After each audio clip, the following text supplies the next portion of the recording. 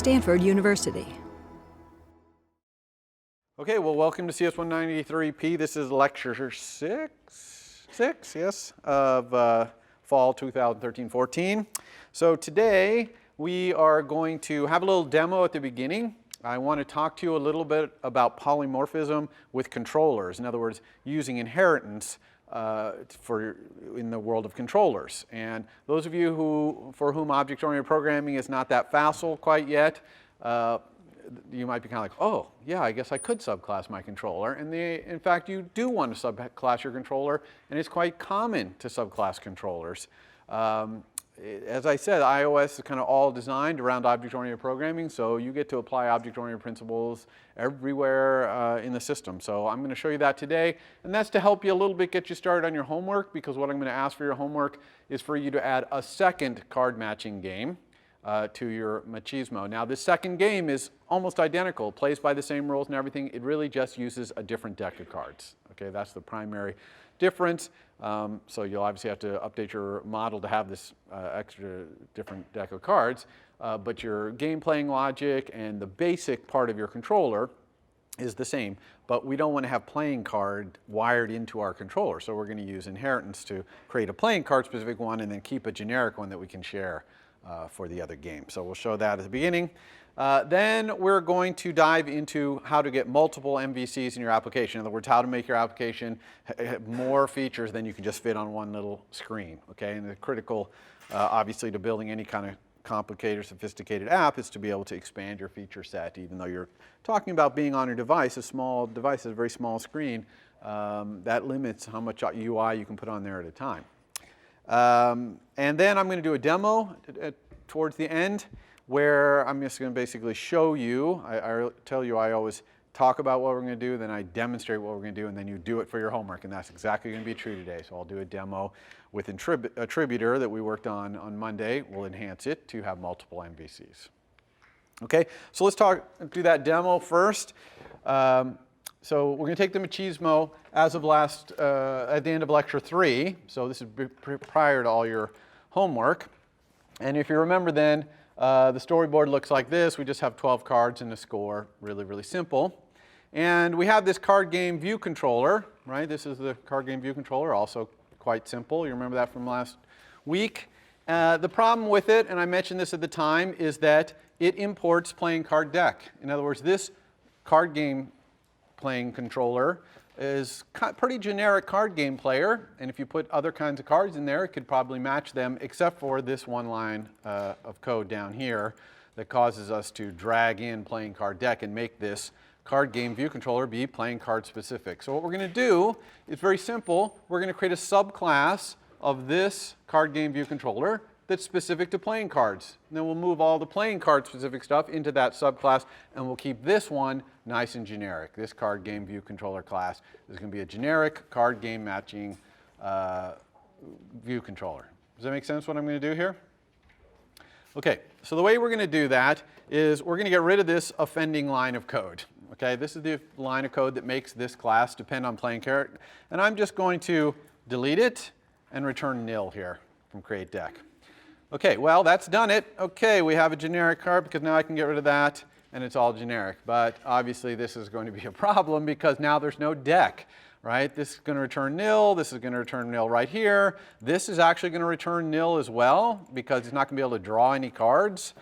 So this is a problem. So by doing this, by putting this nil right here, we've essentially made this class, card game view controller, abstract. Okay, so hopefully all of you know enough object-oriented programming to know the term abstract. Abstract means that this class cannot be instantiated and used. It's only useful as a superclass for other classes that are concrete, what we call concrete. Okay, so we need to make a concrete subclass of this if we want to do anything with it. And I personally, in Objective-C, there's no abstract keyword that you can use to specify that this is an abstract class. You just have to document it in your header file that this class is abstract. You can't instantiate it. And I also like to document, even on my implementation, any methods that basically are abstract, any method that is required that you override this method, and also any abstract methods, you've got to make them public, okay? Because otherwise the concrete subclasses won't be able to know that they're supposed to implement them, okay? They could still override them if someone sneakily told them about it, but we don't want any sneaking around here. We want createDeck to be public. So I'm going to copy createDeck and put it in our public interface. I'm going to leave that thing there that says it's abstract, okay? I'm also going to put a class comment here that says abstract class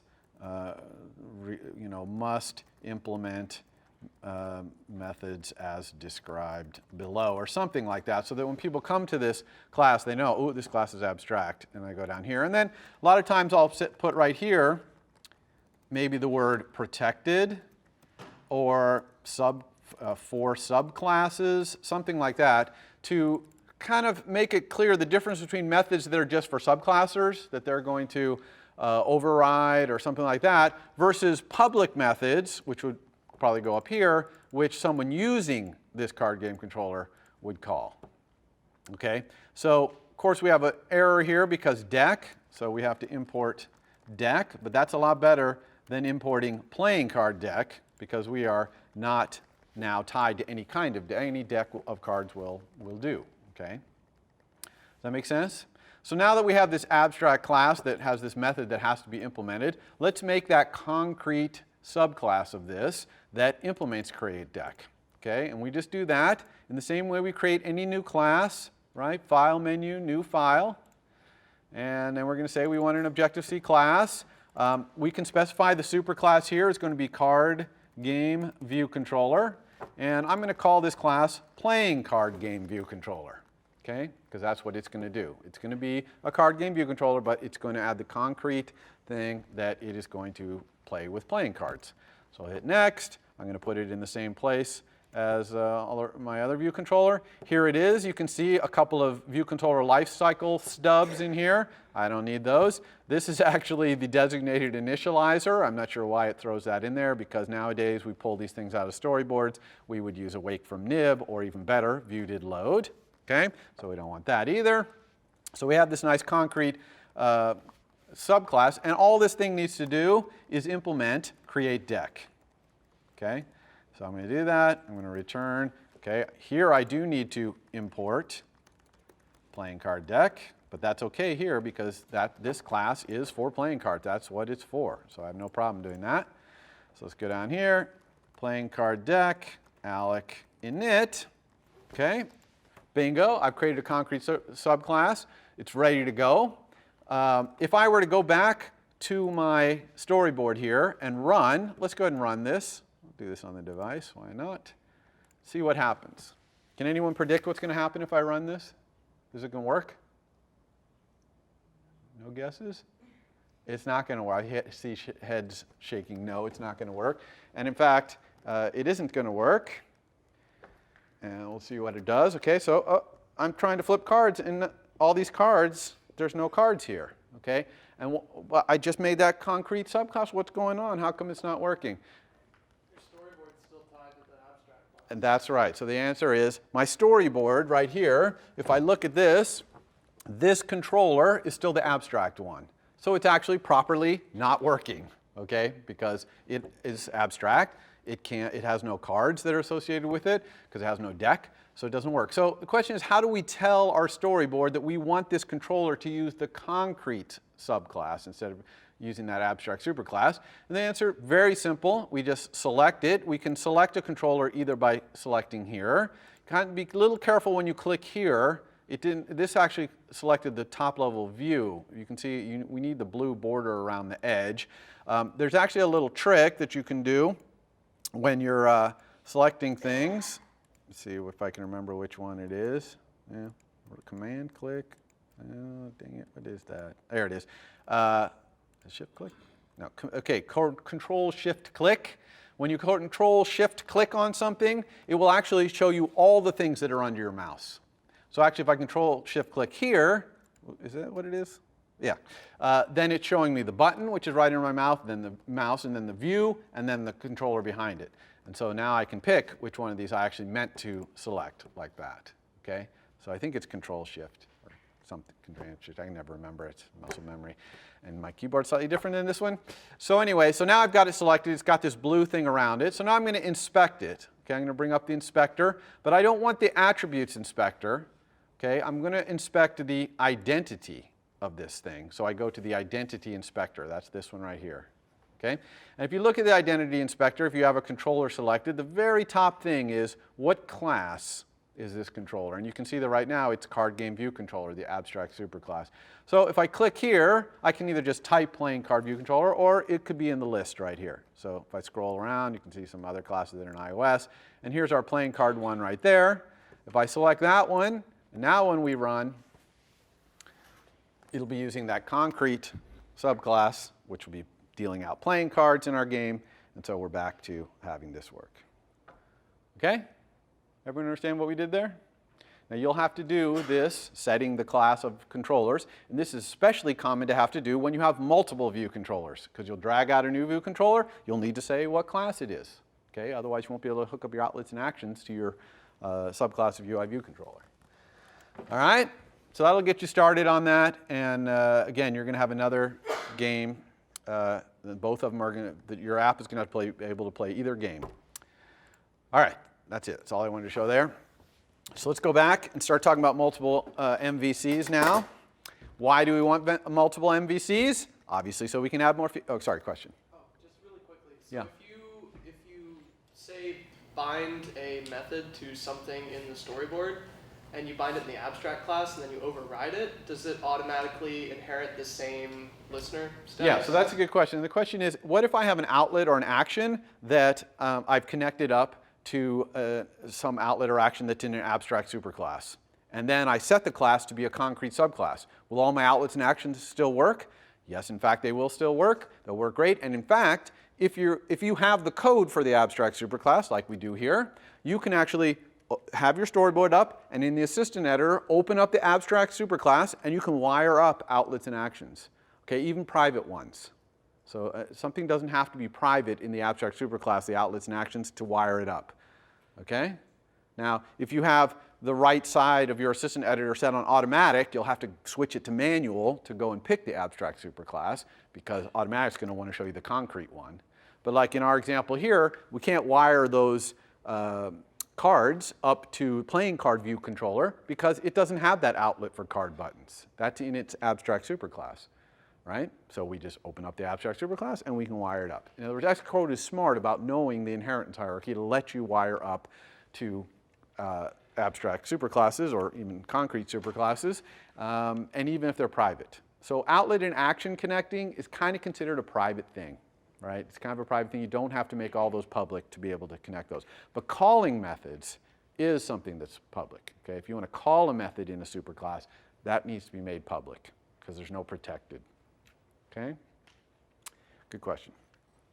All right, so multiple MVCs. Why we want multiple MVCs? Obviously, we can put more stuff in our app. How do we do it? It's very simple, actually. You just go to the object palette, the same place you drag a button or a slider out of, and you drag out a view controller. And when you drag it out, it'll be a generic view controller. In other words, its class will be UI view controller, and it'll be blank, obviously. Then you go create your subclass of UI view controller. Okay, in this case, in the demo I just did, I created a subclass of a class I already had, but you can create a direct subclass of UI view controller.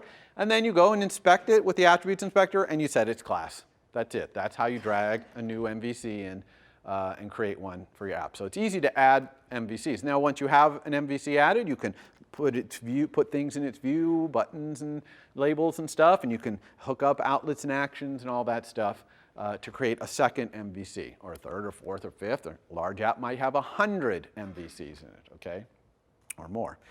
So you got all these MVCs. How do you present them to the user? Okay, well, there's a number of ways to do it, but the fundamental answer is you use a controller whose view is other MVCs. Let that sink in a little, okay? So I could have an MVC that has a controller, like all MVCs.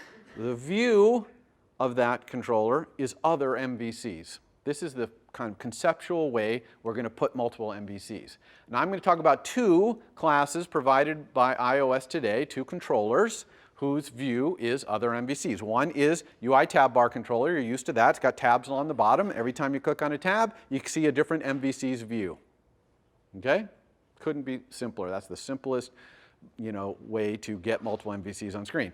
And then I'm going to spend more time talking about UINavigation controller, which is the thing where you have something on screen and you click on a button or something that's on screen and a new view slides in. Okay? And then you maybe click again and another one slides in, and then there's a back button and you can back up. So go down and back up. It's when you want to drill down information or back up.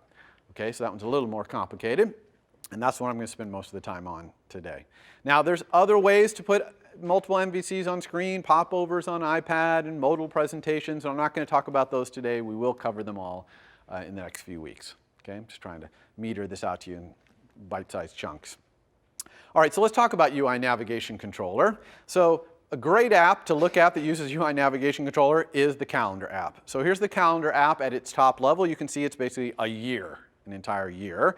Today's date is selected, the little red dot in there. That big gray dot is supposed to be the finger. You're going to see it touching various spaces as we go through these slides. And we use a UINavigation controller when we have a bunch of stuff on screen and we want to show the user more detailed, more information. Okay, that's generally what the navigation. Now, it's very common to want to do that, where you're kind of showing high-level information and you want to show more detail, more detail. So the calendar app, if you go over to the day with your finger and you touch, then a month view slides in. Okay, so all of that happened in a single MVC, which was a UI navigation controller's MVC. Okay, so the purple or the light blue, whatever color that looks like to you on the screen, that is the view of a UINavigation controller based MVC, okay? Now, inside there's another MVC's view, the month view. So the little yellow area is another MVC's view, okay? And what used to be in there was a year MVC view, which was yet another MVC, okay? So you can see how it's embedded. And not only is it embedded, but the navigation controller is kind of controlling its own UI based on what happens to be embedded at the time. And so I could click on the day, and a day view comes in. So this is a day MVC. So this is 4 MVCs we've seen here. The surrounding navigation controller one, and now 3 separate year, month, and day MVCs that are being shown in here. Okay? So let's take a look. Of course, we can click again and now get the details for an event. So there's 5 MVCs that we've seen. So let's look at the components of this UINavigation controller. So at the top, there's this light gray bar that stayed on the screen, you notice, for all of these MVCs as they come swiping in. Okay, but it changed slightly as they all swiped in. So let's look at all the parts. There's 3 major parts there of that navigation bar. First is the title. Okay, event details. You'll notice that the month and the day, actually I don't even think they had titles, which is perfectly legal. This says event details because the navigation controller is basically asking the embedded controller, the calendar event MVC, what's your title? And then it gets that and it puts that at the top. You can also set that title in your storyboard if you want to. Okay, but it's associated. That title is associated with what's inside, what's embedded in the navigation controller, and it changes as things slide in. Okay.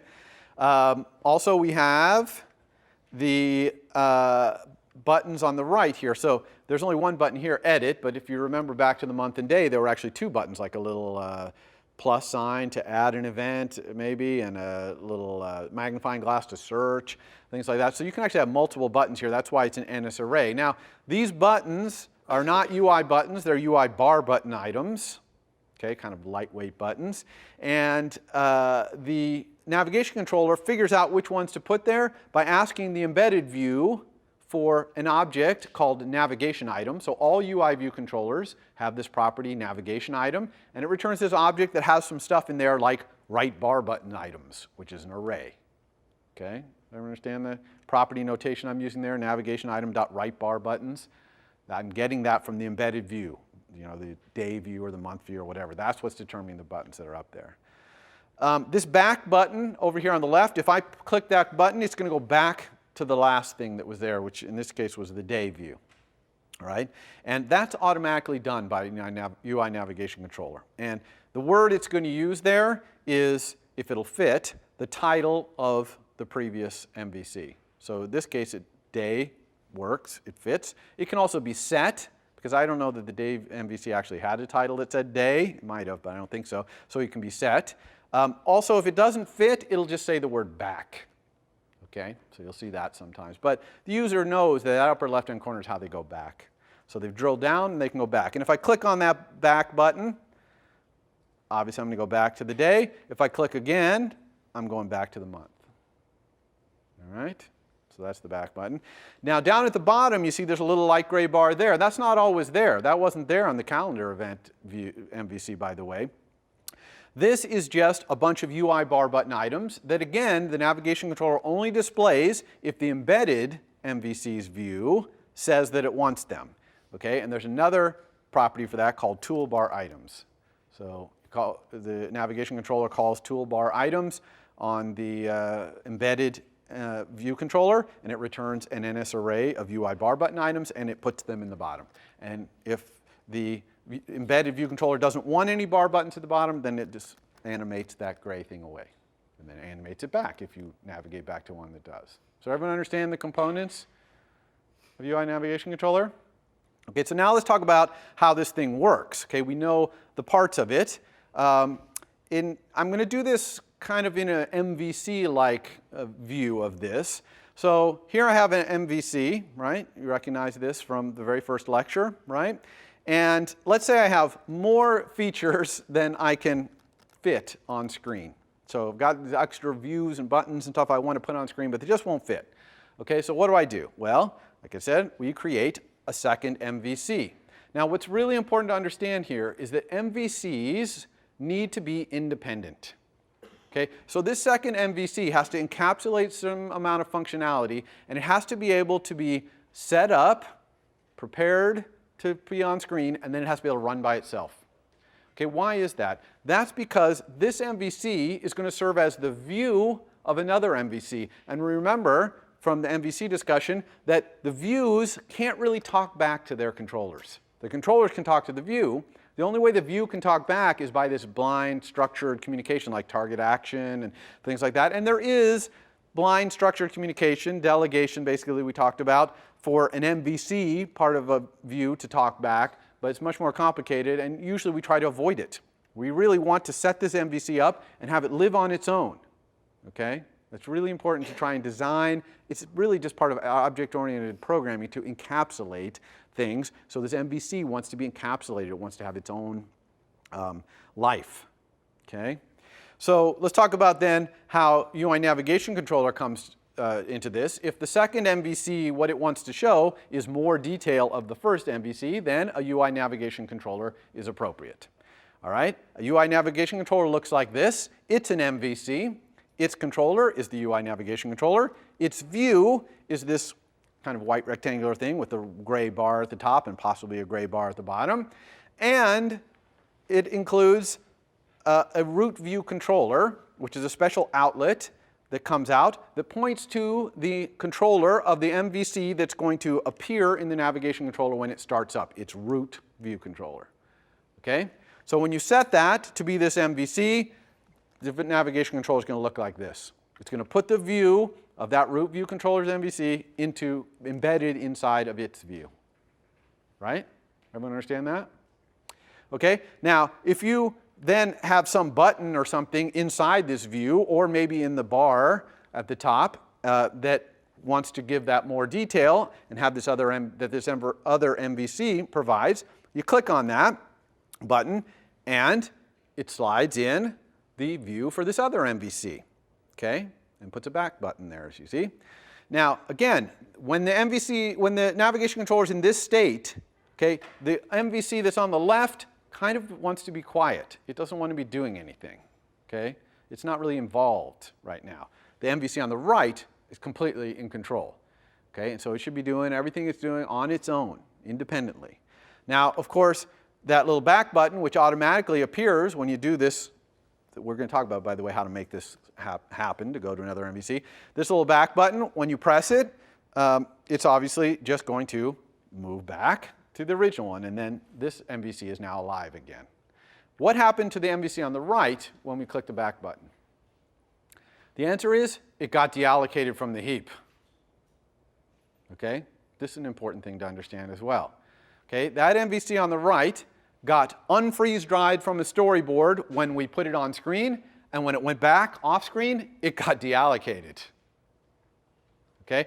Every time we push a new thing onto a new UINavigation controller, we're creating a new one from the storyboard. Okay? We're instantiating a new one in the heap, and every time we go back and it goes away, it's deallocated. So these MVCs need to know how to come to life, be prepared to come on screen, do what they do, finish what they've done, save whatever work it is, and then just go away. Okay? That is the model. Some of you will be confused by that. You'll think, oh, well, what happened to all my data? It's gone. Well, because it got deallocated, right? Because that's what happens when you do back. Okay, so if there's any data in there that needs to stay, you need to save it somewhere. Okay? And you could do it by communicating back to the MVC that pushed you on screen, but you have to do it with that blind structured communication. And we'll do that later in the quarter. Okay? You won't have to do that for this assignment whatsoever. Okay, so that's basically how it works. Now let's talk a little bit about that pushing. How do we make a second MVC appear on screen? How do we make it do that sliding in thing? Well, the answer is we use what's called a segue. Okay, segues are very important to understand in this class. A segue is just when you're going to move or segue from one MVC to another. Okay, that's what a segue is about. And the segue that's involved in a UI navigation controller is called a push segue. We kind of think of the navigation controller as we push a new MVC into the front, then maybe push another one, and then we pop back and pop back when we hit back button. Okay, that's the terminology we use, but it's called a push segue. So let me talk about how to set up a push segue first, and then we'll show you how to put the whole thing into a navigation controller. Okay, so that's the two-step process here. All right, so we've only had the single MVC. Let's show briefly again how you create a new one. I'm just going to drag a UI view controller out of the object palette. It appears like that. Then I'm going to go up to the identity inspector, not the attributes inspector, the identity inspector, and I'm going to set the class to be whatever class I've created with file, new file, or I might have that class lying around because it's very possible in a storyboard to have multiple of these scenes that use the same controller. If you're displaying the same thing in different environments or whatever, it's perfectly fine. It's a very common mistake to forget to do this. Right? You end up coming to office hours and say, I dragged out my new view controller, I created my new view controller class, but I can't hook up any of the outlets or actions. Well, because you forgot to set the class. Okay? Simple thing to do, but simple to forget as well. I'm sure at least one time in a demo in this class, in lecture, I'll forget to do that too. So I'm relying on you to say, oh, don't forget to set the class, okay? So once you've set the class, now you have these two MVCs with different controllers. Okay, there's no view in either of these right now. We call this one of these little rectangular things a scene. Okay, in a storyboard. If you hear me use the word scene, I just mean a combination of a controller and a particular view that we've built. Okay, so that's called a scene. Okay, so what we're going to do now is I'm going to drag a button into the left scene, and when we click that button, it's going to slide it in a UI navigation controller. Okay, it's going to push it. So we're going to put that button in the left, and we're going to create a push segue to the right. So let's put the button there. Right, we're just going to drop it right in the middle there. I'm not going to change the title or anything. To make it segue, all I do, control drag. Right, that's what we do in Xcode. We control drag. So you just control drag from the thing that you want to start the segue over to the view controller you want it to segue to. Okay? When you let go of the mouse, it's going to put this little black thing up and ask what kind of segue do you want here. And in this context, there's only three that make sense. Push, which would be navigation controller 1. Modal, which we'll talk about later, which is take over the screen segue. I teach you that late because that can be abused. Okay, we don't want to do that too much. And then custom, you can create your own segues. We're not even going to talk about that in this class. That's so rare. All right, so I click push, and it puts this little thing in between my MVCs. You see that little round thing? That's a segue.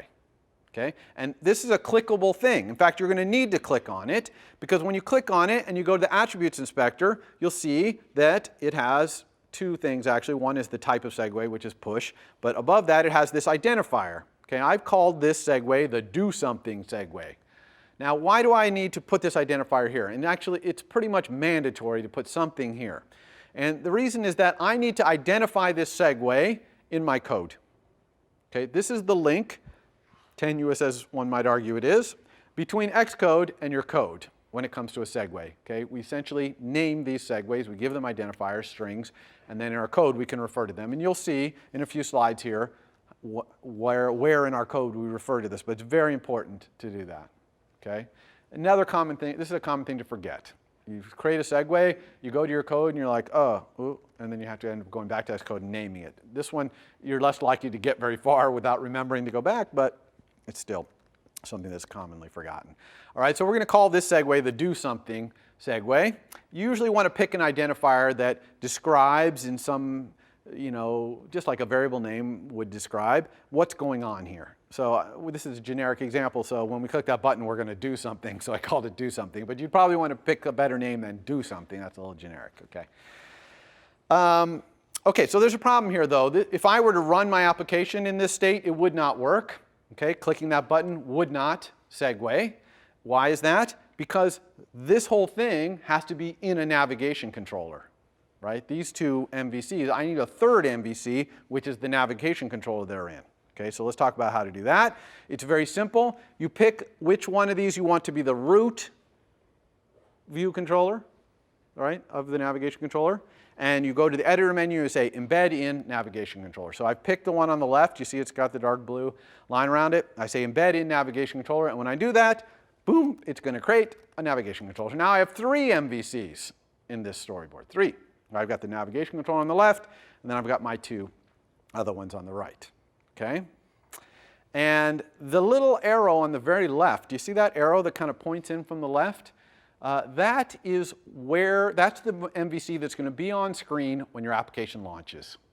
And that little arrow can actually be picked up and moved around. Just pick it up and drop it on any MVC you want. That's going to be the MVC when you start. Now, it used to be pointing at the MVC that has the word button in it there in the middle, but as soon as I embedded it in a navigation controller, it automatically moved it out to the navigation controller. It would never make sense to have a little arrow pointing to an MVC that's inside a navigation controller. Okay? Because that doesn't mean bring up the navigation controller and have this be the root view controller. That would just mean something strange. I'm not even sure why Xcode allows that, but it wouldn't work. When it came up, there would be no navigation controller because you'd be bypassing the navigation controller. So, but you can drag that little arrow to a UITabBar controller, or if sometimes in testing, it's nice to move them to a view controller and just say, oh, just start with this view controller. Because remember, these view controllers are supposed to stand on their own. So you can sometimes drag it to start it for testing and then drag it back. In fact, I'll try and do that if we have time in the demo today. Okay? This second little thing there, that looks like a segue, but it's not actually. That's actually just showing you the root view controller connection from the navigation controller. Okay? So when you see the little kind of, it looks like a line with 2 dots in there, that means it's a kind of an outlet type of connection, not a segue. It looks very similar, but you can't inspect it, you can't set an identifier, none of that's necessary here. It's just showing you that connection. But this one, that is the segue, the thing that we control dragged a few slides ago. Okay, if I were to click on that, it would say identifier, do something, etc. And notice that every single one of the scenes that is now inside this navigation controller, not just the root view controller, but everything it can navigate to with push segues, gets a bar on the top in Xcode. And that's so you can lay out your UI nicely, knowing that that bar is always going to be on top of that scene, because this thing is inside a navigation controller. Okay? And if you added toolbar items, things, then it would have a bar on the bottom as well. If this was all inside a UITabBar controller, which is legal and which you're going to be doing for your homework, then it would also have a bar for the UITabBar. And so the UI would be squinching down, and so you have to make your UI fit. And again, next week or the week after, I guess, we're going to talk about auto layout, which is a way, as these things are appearing or disappearing, these bars in the top and bottom, to automatically have that stuff rearranged. But for now, you're going to have to manually do it. Okay?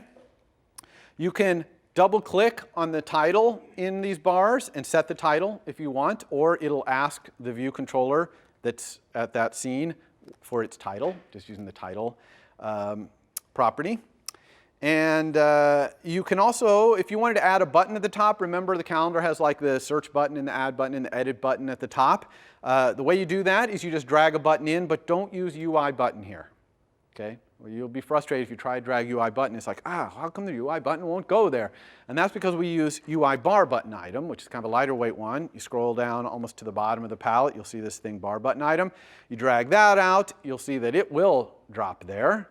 And when you let it go, now you have a button there called item. That button will only appear when this MVC, the one that has button in the middle of it, is the currently visible thing in the navigation controller. That's the only time the item will appear. Okay? And it is perfectly legal to, instead of having our segue go from button to the next one, we could control drag from that item to the next one. In fact, I'll do that in the demo just to show you. Okay, so that item button at the top is allowed to be a source of segueing. In fact, it very commonly is. All right? Okay, so we talked about pushing this stuff on. Okay, that's how you get something to appear, the segue, push segue. How about coming off? Well, normally things are coming off by user hitting the back button, and that's when you want it to happen. You want the user to feel in control of their diving down for detail and coming back. So you want that back button to work. But there are a few times when it makes sense to programmatically do it. And one example is, let's say you dive down and you're showing some employee record, and a button in there is delete, meaning delete this employee. Well, if you hit that delete button, it doesn't make any sense to be here anymore because that employee is gone. So you want to go back. Okay, you want to go back to the previous level. And so you can call this method in UINavigation controller called pop view controller animated. We almost always specify yes, by the way, in animation. You don't want your UI jumping around. You want things sliding in and fading in and stuff like that. And we're going to talk a lot about animation in the next couple weeks of your own stuff. But you might ask, well, how do I get a hold of my UINavigation controller to send it this message? And an awesome thing about this way is all set up is if you are a view controller and you are inside a navigation controller anywhere on its stack, you can call the you can get the property on yourself called navigation controller, and it will return you the navigation controller you're in. Does that make sense? If you're not in a navigation controller, it'll just return nil. And it's perfectly reasonable to have MVCs that can live in a navigation controller, or live in a tab bar controller, or live in a navigation controller that's inside a tab bar controller, or live on their own, or live in a modal situation, whatever. You want to have MVCs that are flexible about where they live. So sometimes this will return nil, and you might say, if I'm in a navigation controller, then pop. If I'm not, then do something else. All right? So self.navigation controller is a good thing to know inside a controller. It tells you the view controller you're in. There's also self.tabbar controller. You can find out the tab bar controller you're in, although you almost never need that. But navigation controller you do if you're going to pop or do some other things. What other segues are there besides push? I mentioned the modal and pop over. There's also a replace, which is an iPad only thing, and there's custom ones. We'll talk about iPad stuff in a few lectures, and we'll cover all that then. And again, we'll talk about modal later because it's kind of easily abused. Okay, so now let's talk about what happens in code when a segue happens. We already know what happens on screen, which is this new MVC slides in, right? Like the month slides into the day slides into the event, whatever. So they slide in as you click on them. But what's happening in your code? Well, there's an important thing that needs to happen before a new MVC can slide in, which is that it needs to be prepared. So let's go back to the example of the calendar. When I click on that, let's say I got a month view showing the calendar, and I pick on a day, and now it's going to slide in and show me a day. I need to tell that day MVC what day, okay? Because that day MVC, I guess it could just always show today, but if you're a calendar app, you want it to be able to show other days. So you need to prepare that day MVC to come on screen by telling it what day. Okay, once you tell it what day, it's on its own. It just goes off, shows the day, you scroll around, if you click on a thing, it's the one that pushes again to push in the event detail one, but you got to prepare it. Okay, so MVCs need to be prepared. Well, who does the preparation? Obviously, it's the MVC that you clicked in to cause this other MVC to slide in. So in the example we just did, the MVC that has the button in it, it should have a method in it, prepare for segue, that prepares the next one over, the one on the right, to come on screen. The month one has to have a prepare for segue that prepares a day view controller for coming on screen. So what does this prepare for segue code look like? Okay, first of all, it's called prepare for segue : sender : don't worry about that sender argument for now. We'll talk about when that's useful. It's a pretty rare case. Normally, you just need the information that's in that first argument, the UI storyboard segue. You see that UI storyboard segue? If you go look at that class, you'll see there's a couple of very interesting properties on it. One interesting property is identifier. That's that string we typed in Xcode, do something. Remember that? So when you get this prepare for segue, the first thing you're going to do is look at the identifier of the segue to see which segue we're talking about. Now, why do we even need to do that? The answer is we can have multiple things segue. So again, let's go back to the month view. I can click on a day, and it could segue to a day view. But maybe I click on the edit or something like that, and it could segue to some view that edits something about the month. Okay, like do they start on Sundays or do they start on Mondays? That kind of view. You see what I mean? So it could segue to a different one. So you could have two different controls inside the month view that are segueing to different MVCs. So we need to know, we know which one it is by its identifier. Okay, so once we've checked to see which one we're talking about here, and we always do that, even if there's only one segue, we always check the identifier just to make sure we're in sync with what we put in our storyboard. And because someday we might add another segue with a different identifier. Then the next thing we do is we're going to say, what MVC are we segueing to? Okay?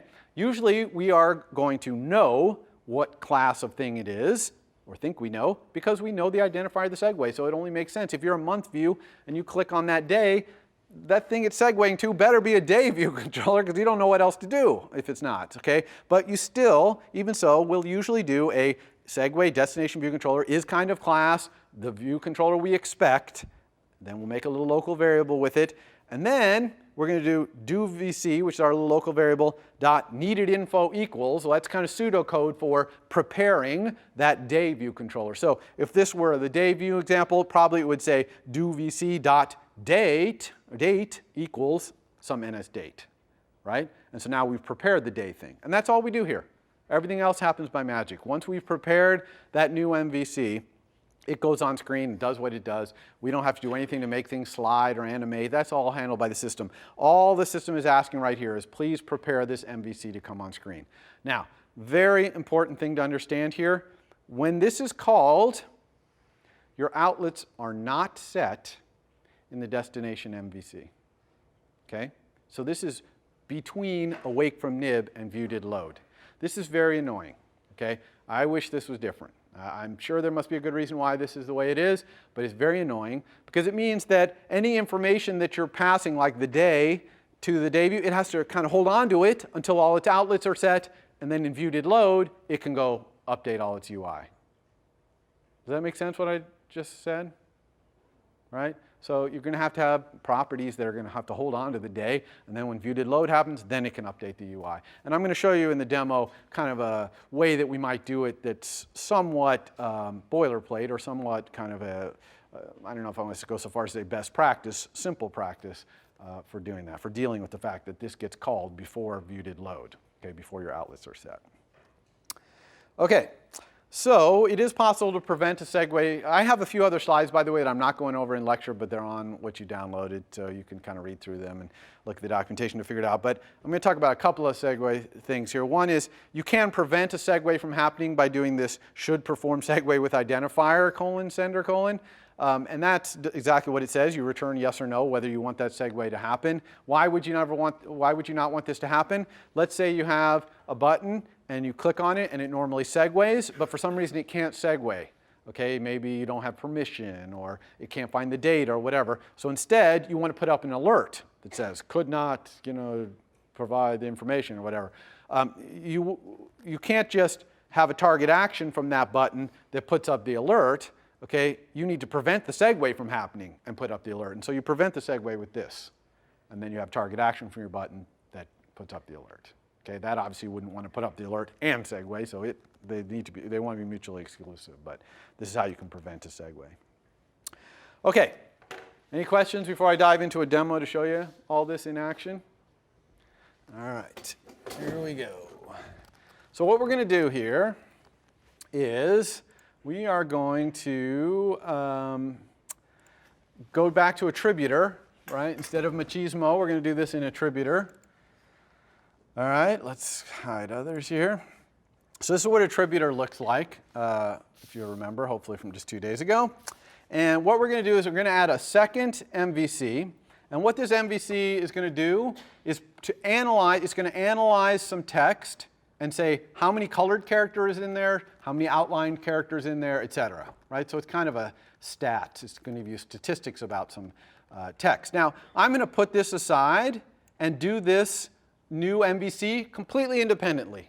In other words, I'm not even going to think about this right now. I'm going to build the second MVC that does this thing, which is analyze text and give you a result. Then we'll use it. And I just want to do that to emphasize how we want MVCs to be independent. Okay, so let's design that MVC. We start by dragging out a view controller, just like this. Okay, we're going to create a new class for it. Okay, I'm going to call this thing, it's going to be a UI view controller.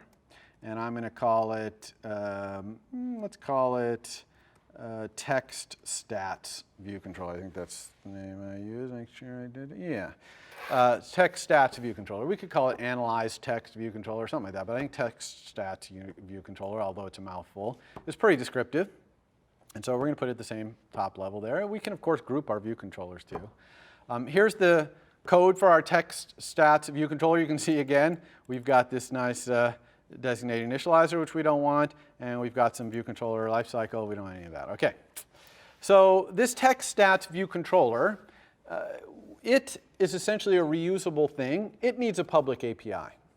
Okay? And just like we did when we designed the card matching game, and we try to come up with a public API first, so we can think of how our thing is going to be used, we're going to do the exact same thing here.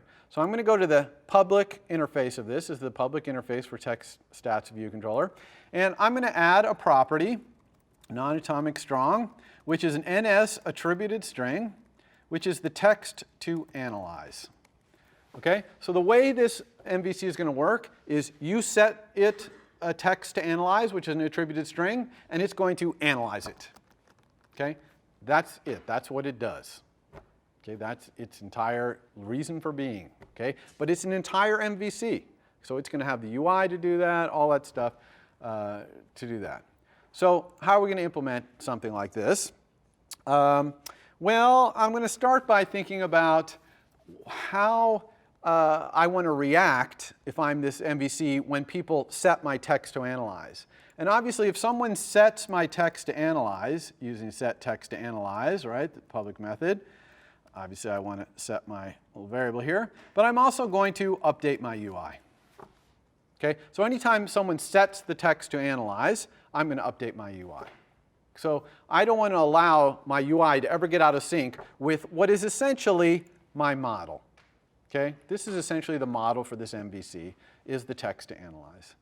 So, of course, we're going to want a nice update UI, very similar to how we had in the other one, and we'll do that in a minute. Okay. But there's another time here when I might want to update my UI, and that is in view will appear. And that's back to what we were talking about before, which is that if this text to analyze gets set when I'm not on screen, maybe before my outlets are set, okay, I want to come along when view will appear and make sure my UI is in sync.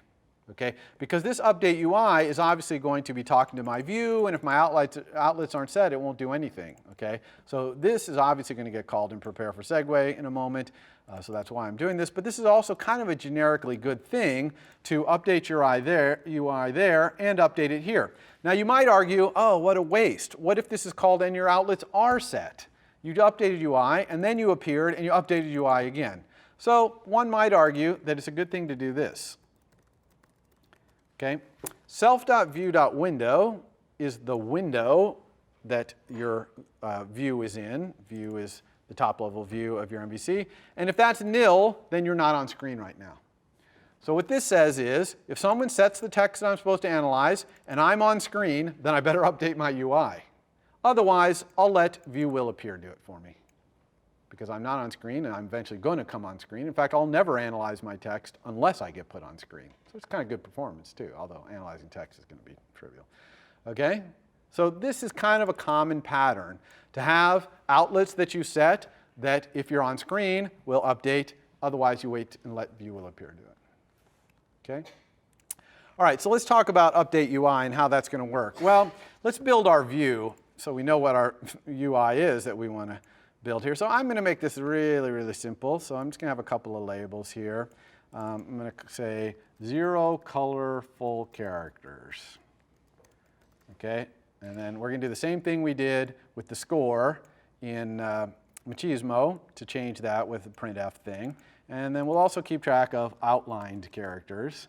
But you could imagine that this text analyzer would have a whole bunch of other lines where it would analyze other things that was in random attributed text. Okay, font, bolds, how many italic, etc. But again, we're going to make this simple. So I need to update these two things with by analyzing whatever my model, this model right here, contains in terms of attributed string. So how am I going to do that? Well, I'm going to do that in a way that shows off a little bit how we analyze attributed strings. Okay? I'm going to type this code in pretty quick because we're time constrained, obviously, but you should make sure you understand this code. It's very simple and straightforward, but it really requires that you understand attributed strings. So it's a little bit of a double check of your attributed string understanding. So what I'm going to do is I'm going to have a method called characters matching, or we'll just use this, characters with attribute, NS string attribute name. Okay, so what this is going to do is it's going to look in my text to analyze for any characters that have this attribute, like NS foreground color attribute or NS stroke width or something like that, and it's going to return a string that has all those characters glommed onto it. And then in my UI, I'll just specify how many of them there are by checking the length, okay, of that string. Now you might ask, why am I going to all the trouble to collect them up? And you'll see that later. Okay, so how would I collect this up? I'm doing it mostly because I want to show you how that would work. So I'm going to create a mutable attributed string to collect all this into. I'll call it characters. And let's make more space here on both sides. Okay, so I'm just going to say NS mutable attributed string alloc init. So here's an empty mutable string that I'm going to put the characters in and return. Okay, so in here I need to collect all this stuff. So what I'm going to do, I'm actually just going to do a while loop that goes through and looks at every character. Okay, couldn't be simpler. So I'll say int index equals 0 while this index is less than the self text to analyze length. Oops, length. Then I'm going to collect the characters. Okay, too many square brackets there. Okay. So everyone understands this part so far, right? This part couldn't be simpler. So now let's go ahead and get the value of this attribute at this character. So that's value, and the value is an ID here because it could be a color, it could be a font, right? It could be an NS number. So this is where ID comes in handy dandy. So let's say self.text to analyze attribute colon attribute name at index effective range. Okay, so this effective range, remember I told you is going to return the range that this attribute is the same for, right? So if this attribute is there for 12 characters in a row, it's going to return this range 12 in a row. So I'm going to capture that range, and you'll see why I want that. Okay, so I better create a local variable here in this ranger. No, in this range. Ooh, hello, range. So this is just a local variable range for this struct, and I'm just going to pass a pointer to it so that it fills that struct out with the effective range. Okay, questions there? All right, so if the value is set, okay, that's what I'm looking for. I'm looking for characters where this attribute is set. Okay, so if I'm looking for foreground color, this would be colored characters. If I'm looking at stroke width, it would be outlined characters. So if the value is set, then I'm going to take the characters and append onto it the text to analyze, attributed string for range, that range I just got back. Everyone make sense there? So I just collected those characters that matched that attribute. And I also want to say, I could say index plus plus and just go to the next index, but I actually know that this range of character ends at range.location plus range.length, right? So there's no need to check. I already grabbed this range, so I need to now jump to the end of this range. If the attribute is not set on this character, then I do need to move to the next thing, okay, to the next character, because I'm in this while loop right here. I need to go round and round. Okay, so that's it. Hopefully you all understand this code. If you don't, you definitely want to offline make sure you understand how this works so that you understand mutable strings, or attributed strings. Okay, so now notice that I'm returning a non-mutable attributed string here, and this is clearly a mutable attributed string, and that's perfectly fine. What that says is whoever's calling this shouldn't rely on this being mutable. They should assume it's not mutable. And so update UI is going to call this, and it should be sure not to try and change these characters. And it won't be allowed to either without doing some sort of casting, because the compiler is not going to let you assign this to a mutable string. I'm going to move this up here like this. And so let's go ahead and use this. This might seem like a really long line of code, but it's pretty straightforward. So we need to have some outlets that point to these things, right? These little guys right here, so let's do that. Let's see, oops. Okay, so here's an example of exactly what I was talking about. I want to create an outlet here, and what's going on? How come I can't create this outlet? Okay, this is on automatic. What's going on here? Well, the answer is this is still UI view controller. So I need to go over here, go to here, and instead of having UI view controller here, I need TextStats view controller. Okay, now look what happened. It automatically updated this. Okay, the automatic did its automatic job. Okay, so now I can control drag from here to here. We'll call this colorful characters label. And then I'll also drag from here to here, and we'll call this outlined characters label. Okay? Everyone see that? All right, so all we have left to do here is implement our update UI to make these two labels here properly display the length of the characters that we calculated with this characters with attribute down here. So let's make a lot more space. Let's go over here, just showing our view controller.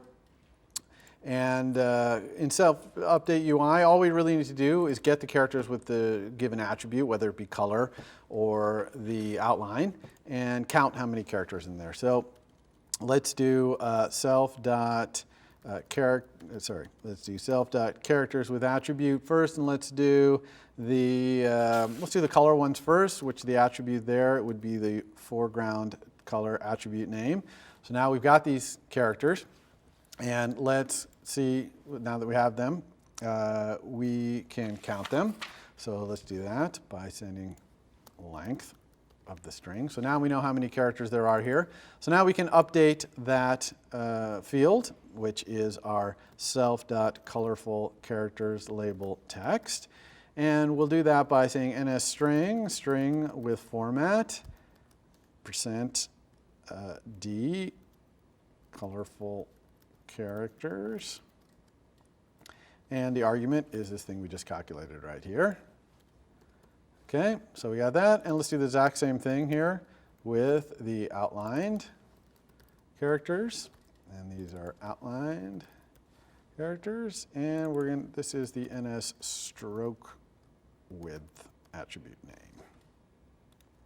Okay, so we've went and found the characters that have the attribute, found out how many there are, and then we created a string with format that displayed that into the label.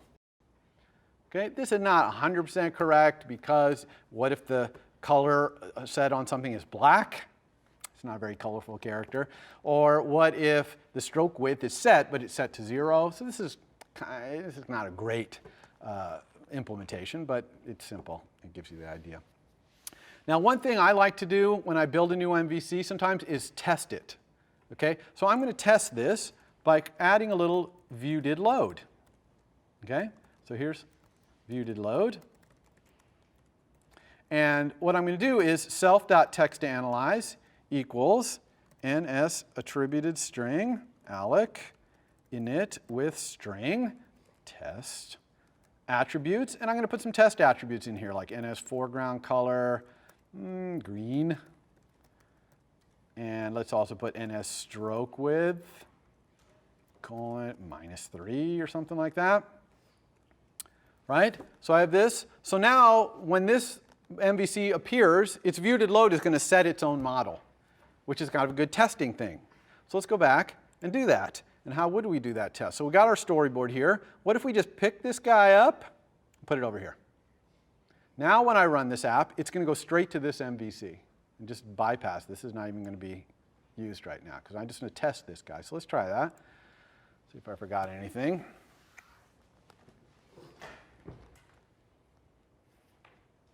Oh, simulator. I'll do this on the, that finish it there. Let's go put this on the device. Okay.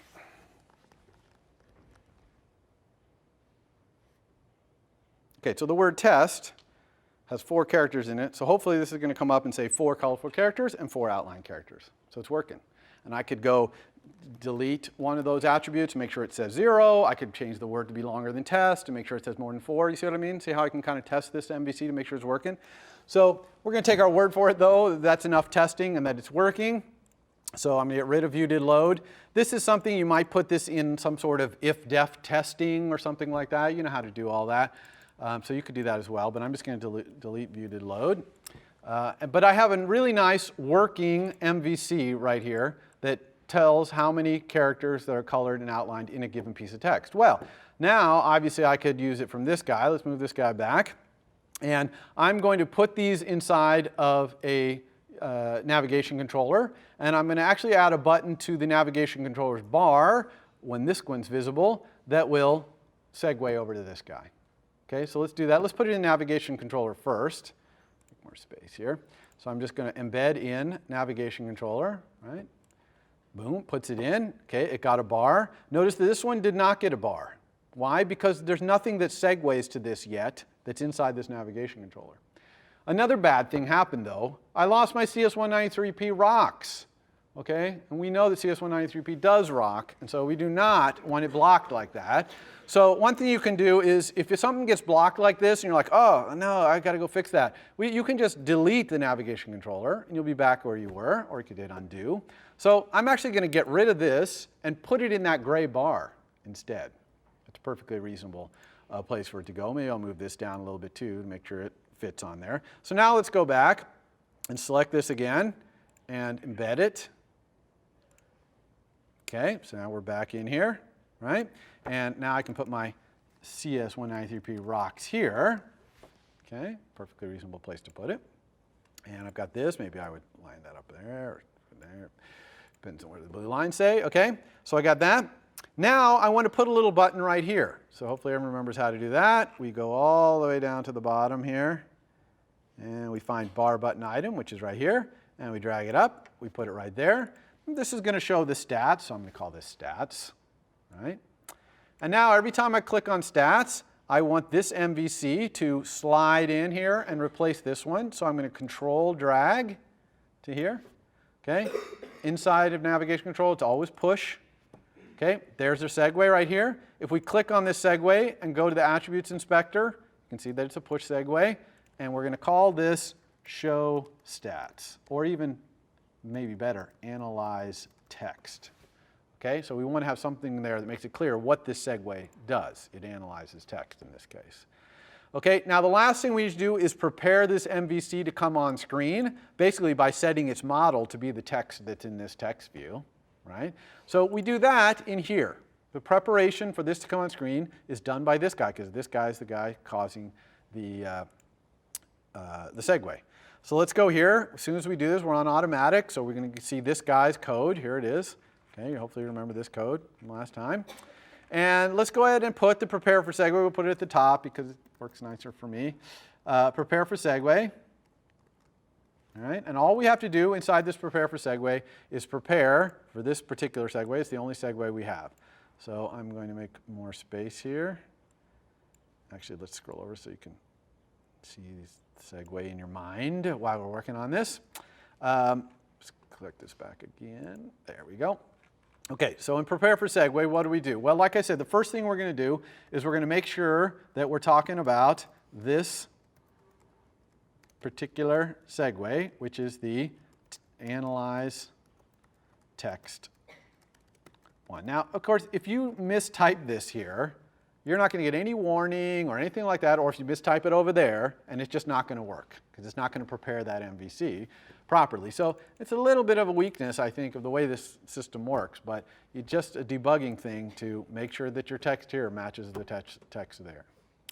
All right, so I know that when I'm segueing here, I need to use this text stats view controller. Okay, so it's okay for me to import that MVC's class in here because it's part of my view, almost. So you can kind of think of it, the stats as being part of the view of this other one because it's a sub thing. So it's okay to do that, but I better make sure that the destination view controller that we're going to be segueing to is kind of text stats view controller. Okay, but if it is, then I'll create a little local variable here, text stats view controller equals text stats view controller. This is actually not necessary, what I'm doing right here, but I personally like to do it just because I like to have a local variable that I can do things like tsvc.text2analyze equals. Okay, so here I'm preparing it. Okay, what does it need? It needs my body text.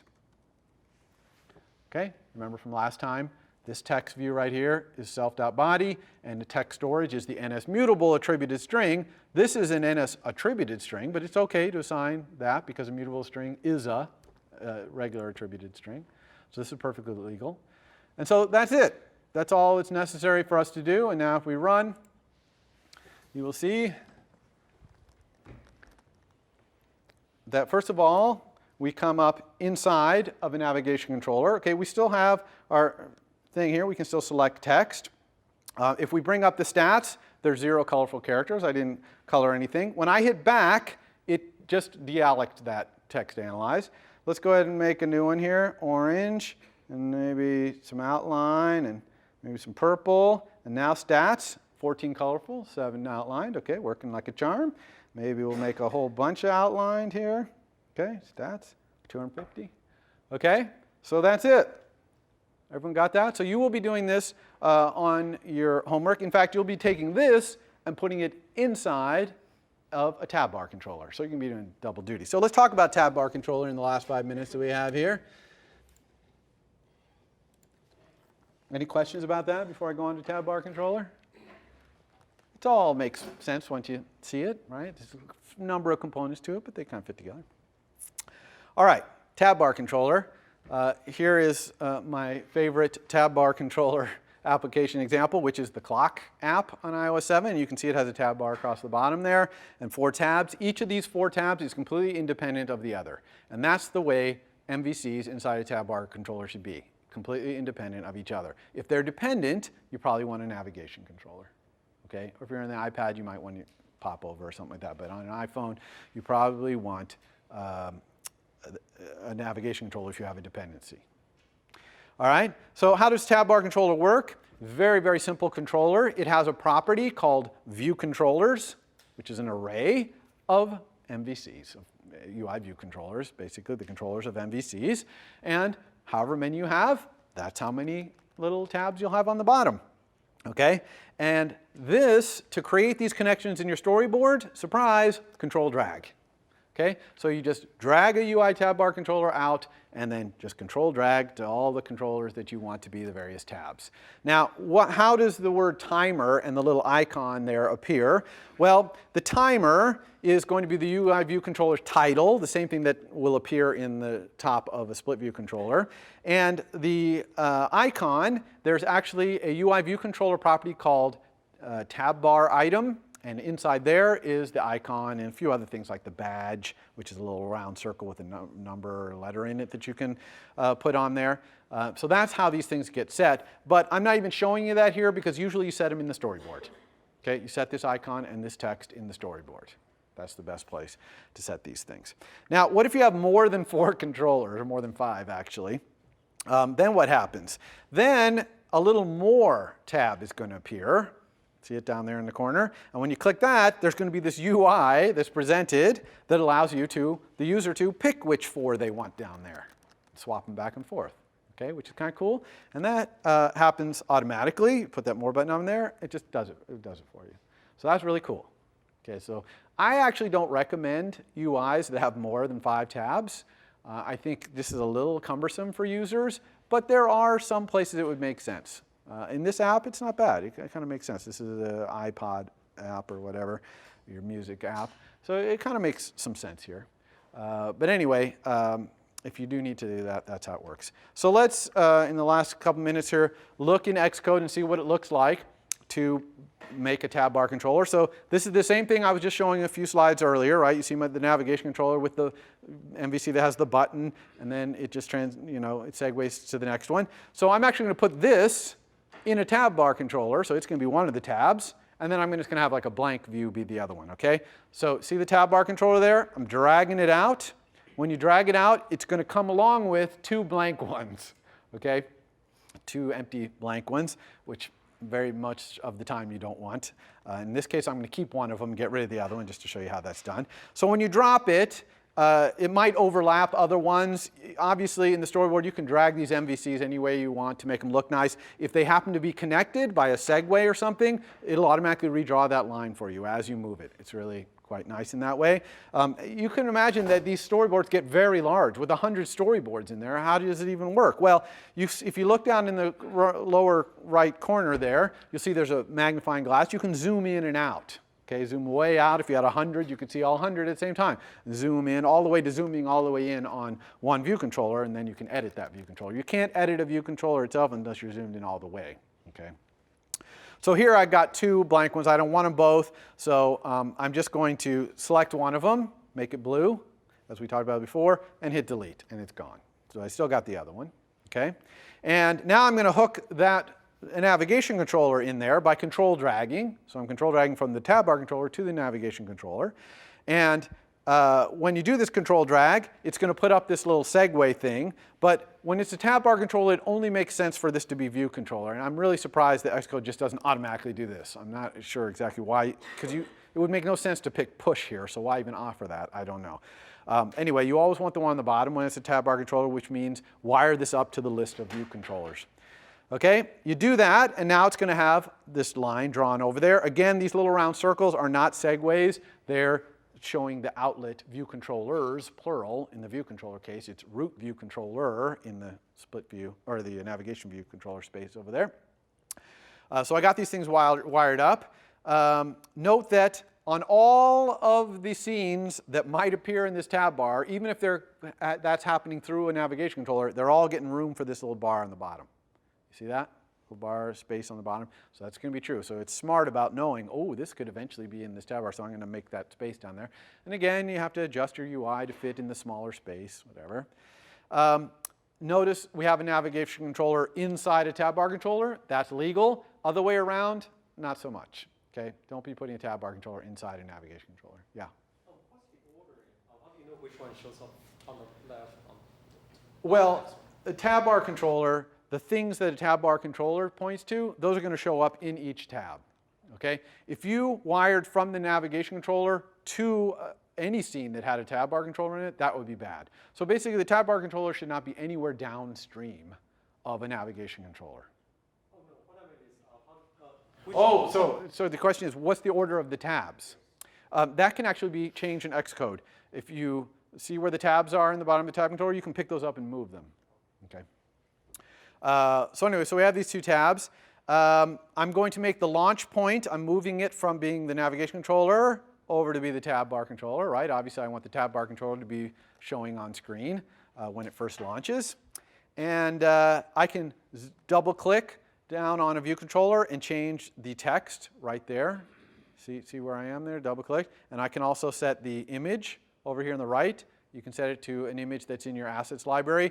These images need to be 30 by 30 pixels, all alpha. Okay? In other words, your tint color is going to show through the alpha in that 30 by 30 icon. Okay? It's as simple as that. It's going to show through the alpha. So that if that icon has anything but alpha in it, opaque and alpha, it's not going to show. Okay.